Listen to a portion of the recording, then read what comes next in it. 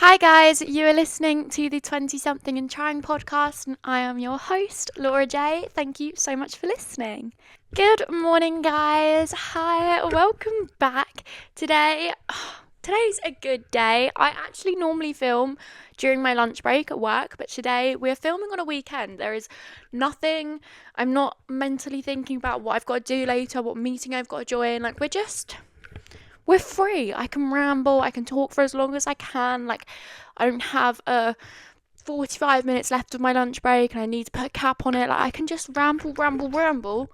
So that's what we're going to do today. So today we have the little 20 something and trying book back out, which means we mean business. Today is going to be a chatty, lengthy, advice-giving, big sister sleepover club energy, which is just my favourite. Today's episode is about mentally glowing up. And I think when you initially think about a glow up, you think of maybe getting your hair done, getting your eyelashes done, a fake tan routine, things you can do to kind of physically look better. But anytime I generally feel the best in life is when I mentally feel better. And I think I still want to do a podcast episode about things I do to physically glow up when I'm feeling a little bit bummy, feeling a bit run down. Maybe I've been sick for a week and I'm like, oh, okay, I need a refresh. What am I going to do? Or I think actually I might do it in June and do a mid-year, we're halfway through 2026.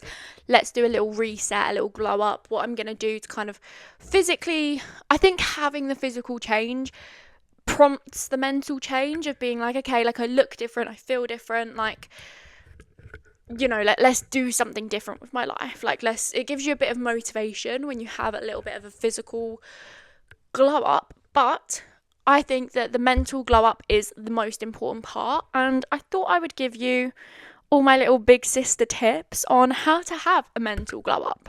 So what kind of initially triggered this for? At the end of last year, I went very mentally downhill, and the start of this year, I really struggled in January, probably the most that I've ever mentally struggled. It was tough.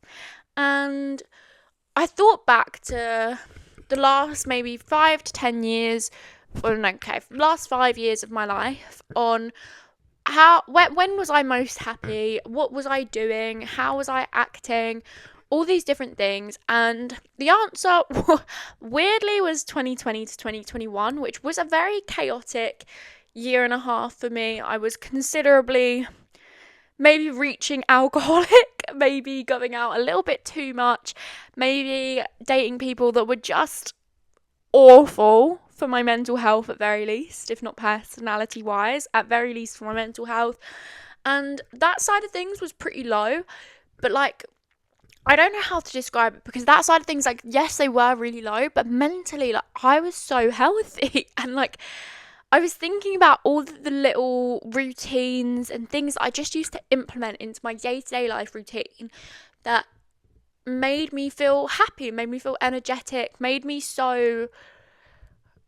I thought of a phrase earlier that really described delusionally confident. I just had this confidence about me back then that I really miss. And don't get me wrong, a lot of it was arrogance. A lot of it was, I've had to be humbled back down. And there's some things that I'm also going to talk about that I've implemented in the last year and the last 3 months, and things I'm starting to implement again over the last literally course of a week that I want to do for the rest of my life now, and things like that. But there was a couple of things that really stuck out to me that I used to do back then that I'm bringing back now that I just think contributed to having me be really confident and really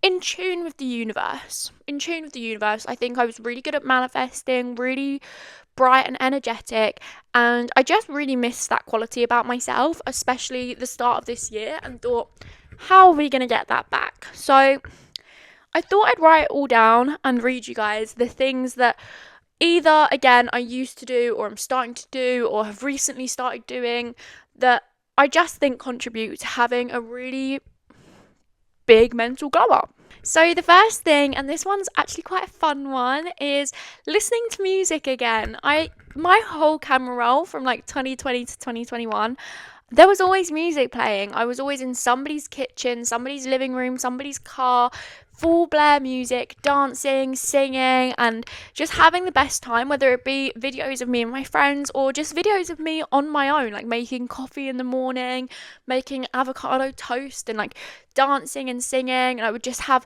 Alexa up full blare and was absolutely loving life. And I would put on such good positive music, and I think the actual act of like shaking out the, like Grey's Anatomy, like dance it off, like shaking off the bad energy, dancing it out, it just done something for me mentally. And I thought about it at the start of this year and was like, since I've lived in this flat, which is June last year, I've not turned up the music and just danced around the flat, whether it be cleaning, whether it be in the shower, anything like that.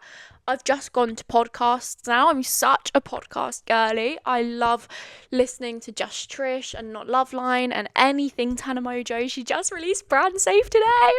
But I have been turning the music up and just dancing around the flat and singing to just really good, positive, good vibe music. And it's just made me feel so much better. Okay, the next one is stop consuming media content that makes me hate my life, basically. So I remember being like, this is so sad actually. I remember being 15 and on my notes app, I was sitting on the train with my best friend and went onto my notes app and I was reading her all of the list of cosmetic procedures I couldn't wait to get done when I turned 18. And thankfully by the time I was 18 I'd kind of grown out of that a little bit, but like it was literally like, I can't wait to get a nose job, I can't wait to get my ears pinned back, I can't wait to get a lip filler, all of these different things. The only thing I done was the lip filler and I have zero regrets, but like all of these different things from just consuming all of this media. And don't get me wrong, that was the real Kardashian, like BBL, big fat lips, like everything was fake era of time, and that was just where we were at as a society, which is pretty sad. Whereas now I feel like there is a, Molly May got her lips dissolved and then everyone else followed, and like there is a clean girl natural aesthetic going round, that's the new thing now, and I'm sure it will change again in another 5 years and another 5 years. But I remember turning 18 and being like, I need to unfollow all of these social media influencers. And don't get me wrong, like I'm so supportive of their careers and, I want that career. So like, it's not that I wanted to unfollow them to be like, oh, whatever, I don't like their content. But I was just consuming it in a way that made me so freaking miserable. It was insane. I could follow somebody that I look a little bit more like, and I can take outfit inspiration because their outfits might actually look like how it does on them on me because we have a similar body type, or they might have long dark brown hair and green eyes and I can copy their makeup look and it's going to look kind of similar on me versus somebody with blonde hair and blue eyes that it's never going to look the same.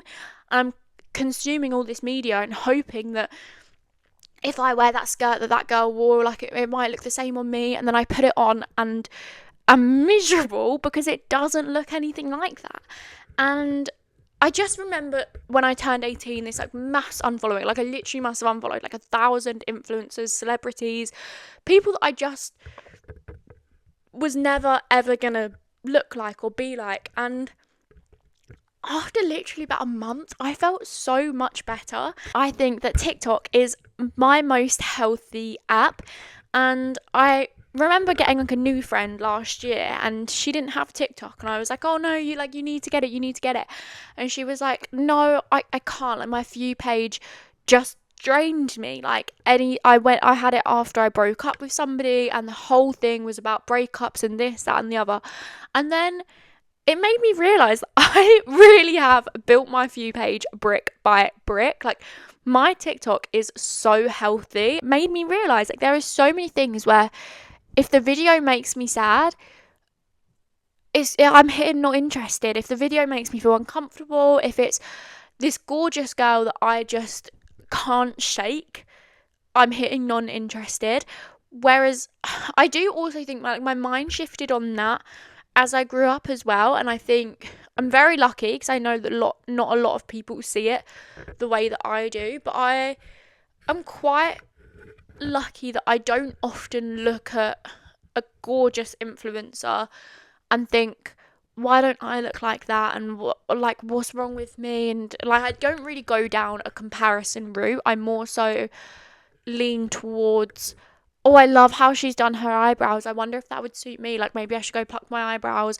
And like, not that that's that doesn't sound healthy either, like that sounds like I'm changing myself, but like it is such a healthy outlook that I have on it, of I'll see somebody doing their nails and I'm like, oh, I might go get my nails done. Like that's really pretty, and I'll save it as like inspiration. And I see it from a creative mindset, I think, more than a comparative, oh, why am I not like that, and like this is draining me and this is horrible. I see it as like, oh, her hair looks so good, let me try that hairstyle, like let me try an outfit like that. And again, I think I've also curated a For You page where it is a lot of brunettes. It is a lot of brunettes with a bit of a bigger clothes size and a bigger chest and things like that, where I can see myself in these outfits, I can see myself in this hairstyle and this whatever. And I think it is just so positive for me. Okay, number 3, and this is probably the biggest thing that sparked this entire podcast, was when I was 18, 19. I was the little crystal weirdo. I was obsessed with crystals, manifestation, journaling, law of attraction. I was meditating every single freaking day. And I think it made the biggest difference to my life. I was happy, I was positive, I was confident. I was so into manifestation that I genuinely think I could have manifested anything at that point. Like I was so good at letting go of it. I was so good at kind of being like, I want this. I don't need it right now. It's gonna come to me. The world's got it sorted. I don't need to stress about it. I don't need to worry about it. My favorite like analogy about manifestation is, if you order something, I actually know that's bad because I do actually harp on what I order. I get so excited for clothes to come in the mail. If you order something at a restaurant, if you order your food, unless you're freaking starving, you're literally, oh my god, where is it? If you're just with your friends at a restaurant, you order your burger, you're not sitting there the whole time being like, is it gonna come? Is it gonna come? Is the burger gonna come? You ordered it, it's gonna come. You know it's gonna come. You and your friends are just gonna sit there and chit chat. You're gonna enjoy your time and your burger is gonna show up at your table in 15 minutes. You don't harp on, is it gonna come? Is it gonna come? I'm really worried it's not gonna come. Is it gonna come? You don't need to do that because you've ordered it. You know it's coming. And that was how I was with manifestation. It literally felt like I was making my order to the universe, saying, please let this happen for me. It's in your hands. You got this. Whether it happens, whether it doesn't, it's all right. You got this. You're going to do what is best for me. And I had such a trust in the universe for that. And then my other thing is I wore this crystal, and it was a rose quartz crystal, and it was, the reason I stopped wearing it is because it was huge. It was so freaking big, and it was a necklace, but it was like, oh, I can't even think of like a comparable size to it. Maybe like a ping pong ball sat on my chest. Like, it was freaking huge. It was such a big crystal, so I stopped wearing it. But I wore it for about 6 weeks, and my god, the best things ever happened to me. This was the kind of the start of even just like a little consideration of maybe I wanted to do social media. I mean, I posted a couple of TikToks, but really like they were just things about me and my friends and things about summers and like little video montages of what my year looked like. There was never anything serious. It was just your average TikTok sort of thing. And I was wearing this crystal, and I got this email to be like, here's an interview for you to come be a podcast host. And I done the Zoom call, and ultimately I didn't get it for a different reason. But I remember just being like, I just thought about the idea of being in social media and got this email and got this light, and it was just incredible. And I genuinely think it was wearing this crystal, meditating every single day. I used to lay on the floor, lay like bare back on the floor, lay down, close my eyes, and put all of the crystals on my little chakra points, and I would sit there for about 20 minutes and just be like, life is good. Today is a good day. Everything that I want comes to me. I am going to have this and this and this and all of this really good stuff. And like, I would just for 20 minutes straight sit there and just meditate and have all of these incredible affirmations going through my head. I'd say them out loud every single day. And then I was journaling as well. I was writing down all of these things where I'd say, dear universe, like, I would write as if I've got it. So I think it's called scripting. And I would say, like, thank you so much for 10,000 followers. Thank you so much for £3,000. Thank you so much for this. I'm so grateful. Blah, blah, blah. I would shut the book and I wouldn't think about it. Guess who now has 10,000 followers? But yeah, like all of these different things where I just manifested my like dream life.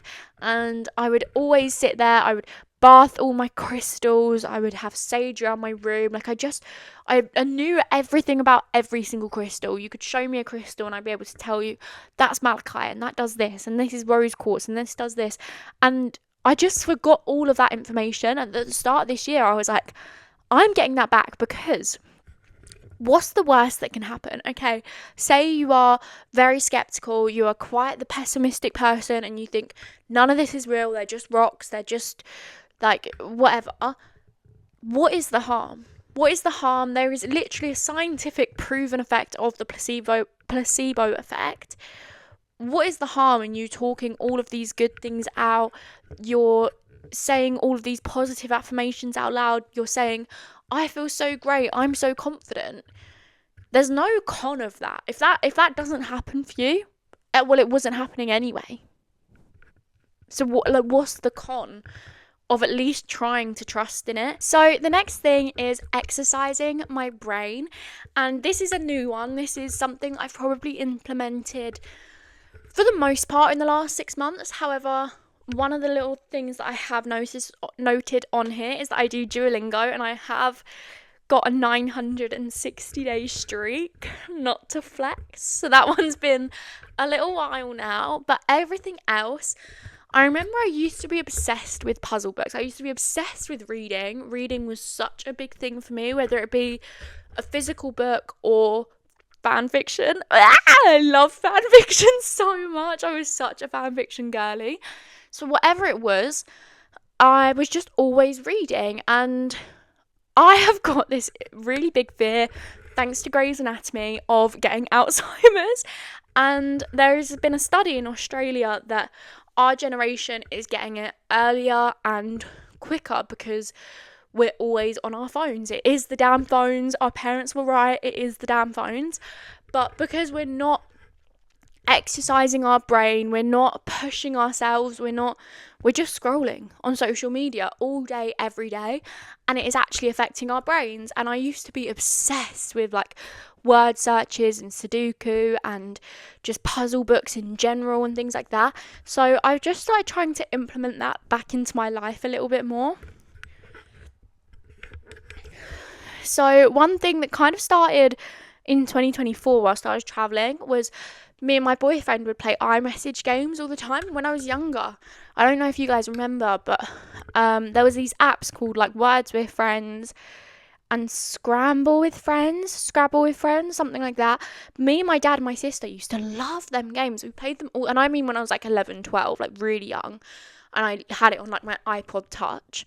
But we used to play them all the freaking time, so often. And when I went travelling in 2024, me and my boyfriend started doing iMessage games again, and it's all them like Scrabble, like all of these different games where you're just using your brain a little bit more. Don't get me wrong, it is still on my phone. I've been doing Sudokus, I've been doing word searches, and they are still on my phone, but it's just using my brain a little bit more, exercising it, making it actually work. Yeah, I've just been trying to also do like hobbies that are just off of my phone. You guys know that I've mentioned doing little clay magnets and drawing, things like that before. Like I've already mentioned that in past episodes of just little hobbies that I've been doing, and like decorating the house and just trying to get off of my phone a lot more. Next thing that I have been doing, and this is one that has definitely been implemented in the last couple of months, is protecting my nervous system. So The thing that I would say is really different between now and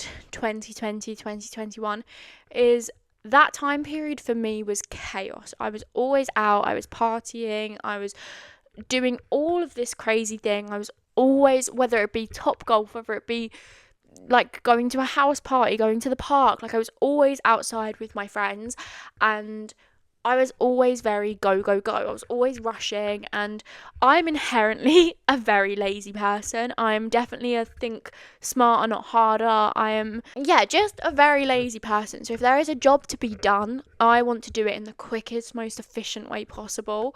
But it also just meant that I felt very like, I don't know, I was giving myself timers almost to like clean your room in half an hour, and I'd put a timer on and I'd rush it, and then I'd go downstairs and I would rush having breakfast and I'd rush putting things in the wash and just go, go, go all the time. And I think for a number of reasons, my nervous system was kind of stuck in fight or flight for the majority of my childhood, the majority of my life. I've been a very walking on eggshells, very anxious, very kind of person is the only way I can really describe it.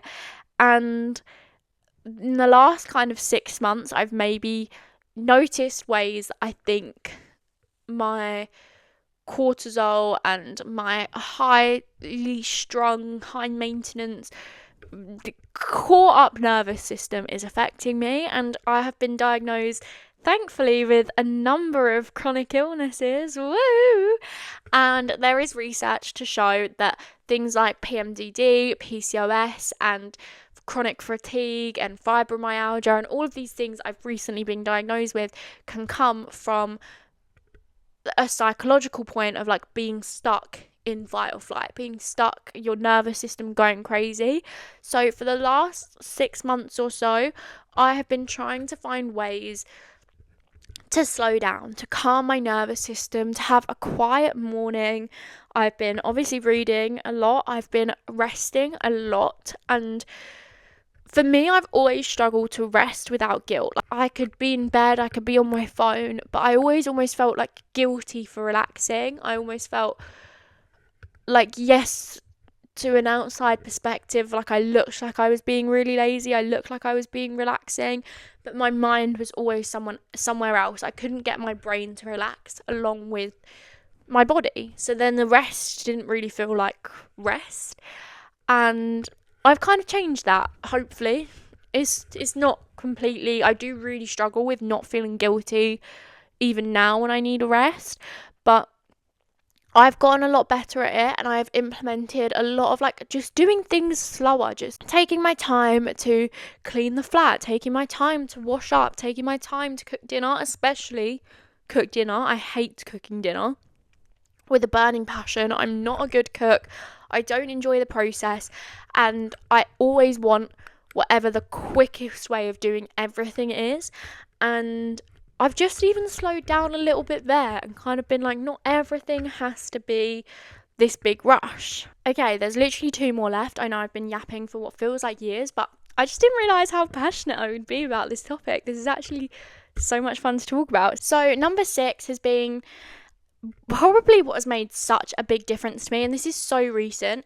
This is letting go of the need to be understood and kind of the need to be liked. I'm still working on, and I really come and go in waves of being like, I don't care if anyone likes me, and then literally the next day I'll be like, oh my god, why don't they like me? This is horrible, I can't do this anymore. But the need to be understood, I didn't realise until the last 6 weeks how much I struggled with this. And there is a thing that I've recently learned called a contrarian, I believe, and I should actually get the actual definition up. Okay, so the definition of a contrarian is a person who habitually opposes or rejects a popular opinion, prevailing consensus, or majority views. They often take the opposite stance as a matter of principle or to challenge established thinking. So it's basically somebody that is always disagreeing, and I will agree with someone when I agree, but I'm very opinionated, and I've noticed that maybe I am a slight contrarian, which is not a good thing, by the way. This is not something that you want to be. If you look at this on TikTok, like, everyone hates this kind of person, and it's a character flaw. Like, it was something that I was watching these videos where they were saying, this is what having a conversation with a contrarian is like. And it's one person saying, the sky is blue. And the other person is going, oh, well, no, like, I think it's a little bit more turquoise today. And whilst I don't think that I do that, and I don't disagree for the sake of disagreeing, I will always play devil's advocate. And I will always end a sentence being like, oh, do you know what I mean? Like, oh, you know what I mean? Do you know what I mean? And I'll always... someone could say, oh, like, you don't be sad about that, and I'll be like, oh, well, I'm not sad, I'm confused, or, oh, I'm not sad, I'm just a bit disappointed, or something like that.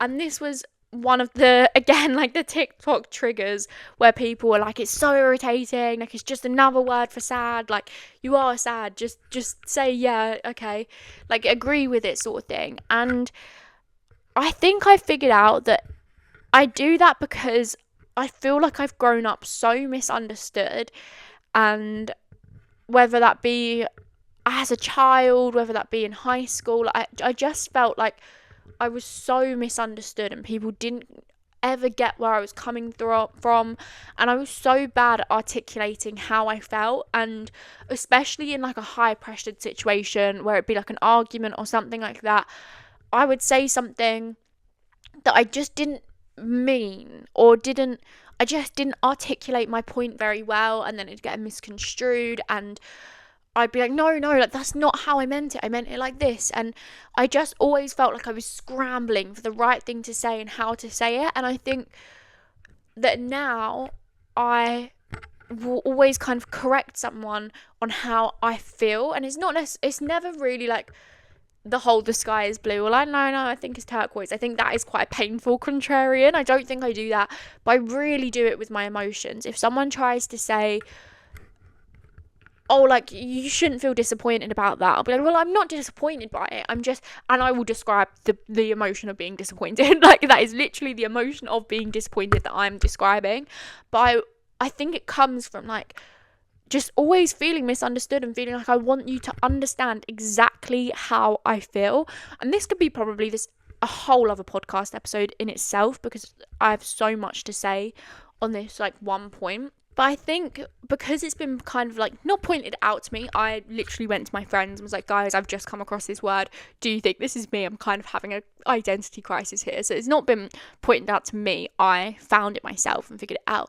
But I think since learning the word, and since maybe seeing I have some qualities of a contrarian, I have just been a little bit more active about not worrying so much about being understood. And this has been, again, 6 weeks, maybe even less, and I already feel so much lighter in not having to feel like I need to over-articulate my point, or just keep going and going and going to explain to someone exactly how I feel. And if they don't get it, that's fine. They're not you. They're not meant to understand exactly how you feel. And yeah, it's just made me feel so much more relaxed. It's made me feel so much more positive. It's okay that they don't understand. It's okay. It's literally okay that they're not you. I don't know if that was a great, again, me being like, I can't articulate it. I don't know if I articulated that very, very well, but I think I'll listen back and maybe edit that out of the podcast, but hopefully it makes it in and you guys get a rough idea of what I mean. So that is everything for today's episode. I think having a glow up is so fun when it's physical, but it's so much hard work when it's mental, and it's kind of the more off-putting side of it, I think, because, you know, going to tint your eyebrows and get a haircut is so much easier than sitting down and manifesting for 4 hours and giving yourself positive affirmations and, you know, doing some self-work, doing some self-growth, doing some healing. Like, it's so much easier to pick getting a haircut over doing any of that stuff. But I think it is just so important to talk about. It's fun for me to talk about as well, and I hope that it helps you guys. And I'm really excited to do an episode also about like a little physical glow up as well. I love all things skincare, hair care, makeup, getting a haircut, getting a facial, like doing all of the physical things too. I absolutely love it. And it's not to crap on any of those, but I think you could do all of the physical things, look in the mirror and go, oh, I look great, but I still feel crap. So what was the point in doing all of that? I think doing the mental work is 1,000 times more important than doing the physical work.